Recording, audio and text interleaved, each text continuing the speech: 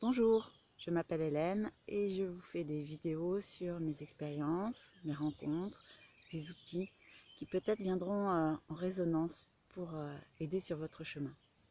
Aujourd'hui, je ne pouvais faire qu'une vidéo à l'extérieur puisque je vais vous parler de la nature et des arbres. Voici le chêne sous lequel j'aime beaucoup méditer. Alors, comment communiquer avec les arbres? Moi, j'ai appris grâce à un stage avec Patrice Bouchardon. Je vais vous mettre le lien en dessous pour que vous alliez le rencontrer. Il fait de nombreux stages. Et pour moi, ça a été vraiment une très belle découverte. Et en plus, c'est une très belle personne. Donc, n'hésitez pas à aller à sa rencontre. Vous connaissez sûrement ce livre, ce film. Et bien moi, celui que je préfère, justement, c'est celui-ci, De l'énergie des arbres à l'homme. Ici, dans ce livre, Patrice a extrait les essences des arbres, mais avant de les extraire, il s'est connecté et a différencié les qualités que chaque arbre décelait et dont on pouvait s'en nourrir, s'y connecter. Et quelquefois, il révélait nos parts d'ombre et pouvoir les dépasser, les transformer, les transmuter, comme la nature sait si bien faire. Et cette fois-ci, on peut le faire à l'intérieur de soi. Alors, comment communiquer avec les arbres? C'est à la fois simple et compliqué. Simple parce qu'il n'y a pas grand-chose à faire et justement c'est compliqué parce que nous sommes plutôt dans le faire. C'est justement un état d'être à retrouver. C'est une présence. Alors pour ça, dans la première étape, c'est pas une obligation. Il serait bien de se reconnecter à ses sensations, tous ses sens. Donc je vous proposerai en premier lieu de faire une balade dans la nature en vous connectant à votre vue. C'est-à-dire que de prendre cette balade en essayant le moins possible de penser et de se concentrer sur ce que vous voyez, sur les couleurs, sur les ombres, par exemple sur les ombres des arbres, les différentes nuances de vert que vous voyez tout autour, le mouvement des herbes. Il y a vraiment de quoi faire. Donc, en premier lieu, c'est de ralentir. Parce que si vous êtes comme moi, quand on se balade, on va d'un lieu à un autre, on pense. Et pour marcher en conscience et vivre en conscience, c'est déjà en premier temps de ralentir et de prendre conscience de ce qui nous entoure. Dans une deuxième balade, ce que vous pourrez faire, c'est cette fois vous concentrer sur les bruits. Là, moi, j'entends peut-être une fauvette. Donc, il y a les chants des oiseaux, les bruits qui sont moins agréables, les bruits au premier plan, au second plan, etc. Là, il y a un coucou, je ne sais pas avec le micro si vous l'entendez. Donc, voilà. Et vous restez aux aguets, vraiment les oreilles toutes ouvertes sur tous les bruits que vous entendez. Et sans juger, s'il vous plaît. On va essayer, on va voir après. Donc, dans l'observation la plus complète. Troisième balade, cette fois-ci, le sens que vous allez pouvoir être attentif, c'est les parfums, les odeurs. Et là, ce que vous pouvez aller rechercher, c'est des odeurs que vous n'aimez pas. Par exemple, ça peut être une odeur de fleurs. Je me rappelle dans un stage, il y avait une dame, elle avait dit non mais moi je suis pas allée vers les fleurs parce que toutes les fleurs sentent bon. Eh bien non, toutes les fleurs ne sentent pas bon. Moi particulièrement, ça dépend des goûts hein, bien sûr. Moi particulièrement, je n'aime pas l'odeur de la marguerite. Ouais, mais voilà. Et alors, justement, ce que vous allez faire, si vous le voulez bien, c'est vous connecter. Alors, ce qu'on a tendance à faire, c'est un premier, c'est le jugement. C'est j'aime ou j'aime pas. Donc là, moi, je pourrais dire tout de suite, j'aime pas. Après, deuxième chose qu'on va faire, parce que notre mental est comme ça, il va chercher à mettre une étiquette sur l'odeur, sur les sons, sur tout. Et dans ce cas-là, votre mental va se dire, tiens, ça ressemble à. Voilà, pour essayer de le classifier. Et ce que vous pouvez faire, c'est de dépasser ça. Donc, le jugement, l'étiquetage et après. Et même si c'est une odeur vraiment pourrie, vous allez voir qu'à un moment donné, il se passe quelque chose. Bon, à vous d'en faire l'expérience, je ne vous en dis pas plus. Et puis en quatrième balade, cette fois-ci, vous connectez juste au toucher. Alors, donc vous pouvez toucher tous les graminées, les fleurs. Alors, il y a des différences entre les pétales, entre le cœur, la tige. Les parties du corps, ça peut être différent. Ce sera différent ici, sur mon avant-bras. Voilà, c'est très sensuel. Donc, les feuilles des arbres, les branches. Et vous allez voir que quelquefois, notre vue nous trompe un peu. On va se dire, tiens, ça, ça a l'air piquant. Et quand on touche, ça l'est pas. Donc, faites les expériences. Donc ça, c'est la première étape. La première étape, c'est de retrouver, de développer ses sens. Et puis ensuite, avant d'aller à la rencontre de l'âme, c'est de vérifier sa respiration. Comment on respire? Sans jugement. Donc peut-être que je respire rapidement, peut-être que c'est en haut de la poitrine, peut-être que c'est dans le ventre. Est-ce que mes côtes se soulèvent? Comment je respire? Puis, vous allez trouver un arbre, gros de préférence, un ancien, ils sont plus bavards, et vous allez vous approcher à peu près un bras, un avant-bras de lui. Déjà, vous allez lui demander la permission si vous pouvez rentrer en connexion avec lui. Voilà. Vous rentrez en connexion et vous approchez, et là, vous refaites le scan de votre respiration. Vérifiez comment vous respirez. Est-ce que c'est la même vitesse, la même profondeur, les mêmes endroits du corps? Voilà. Et vérifiez ce qui se passe. Ensuite, une autre étape.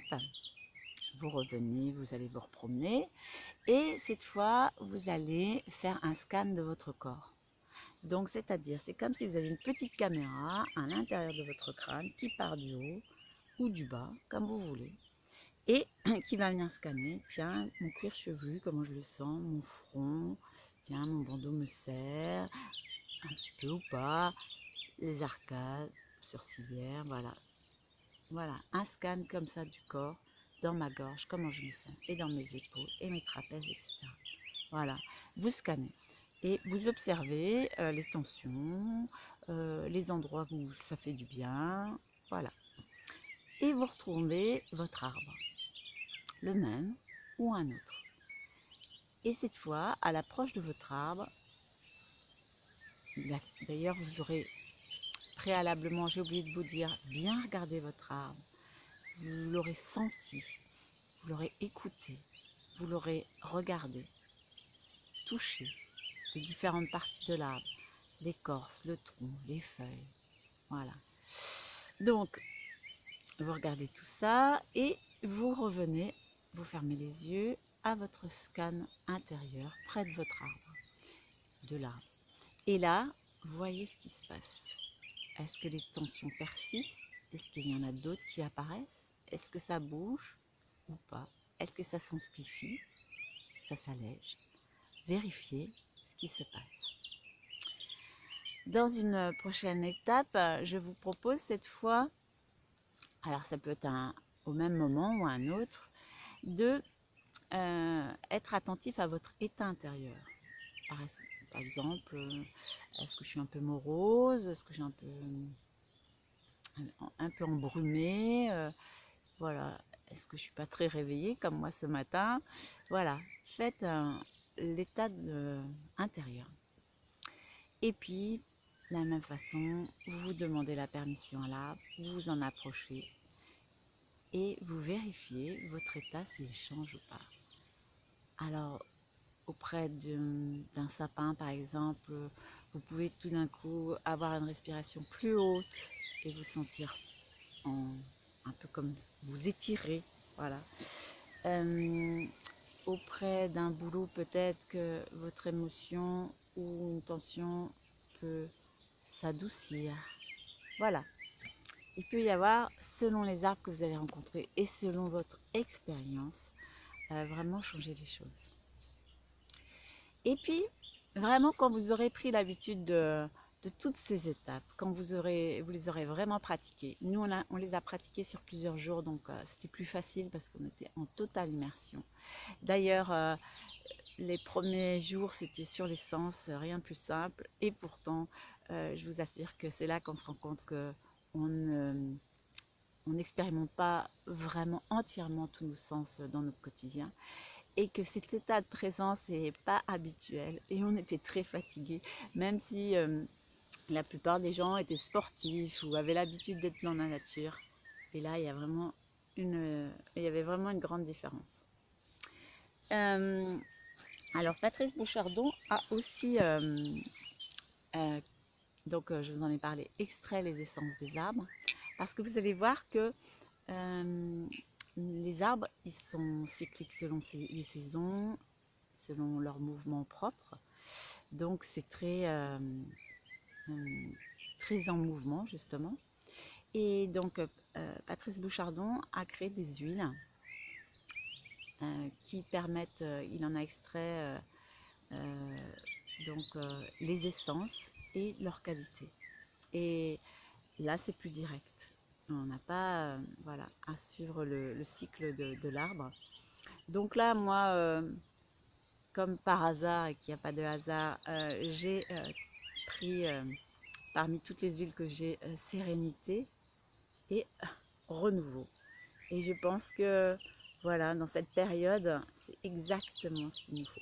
Dans cette période de grand mouvement, c'est le renouveau dans toute sa sérénité. Et à partir de ça, vous pourrez faire des expériences, même qu'avec les arbres. Je vous en parlerai dans une autre vidéo. Voilà, rapidement, je vous ai expliqué comment vous pouviez rencontrer la communication avec les arbres. Vous pouvez même, quand vous aurez vraiment pratiqué, poser une question. Donc déjà, il faut vraiment que vous la clarifiez à l'intérieur de vous, cette question. Voilà, qu'elle soit claire, hein, on ne va pas faire un long discours devant l'arbre. Donc une question claire que vous allez venir amener à l'arbre.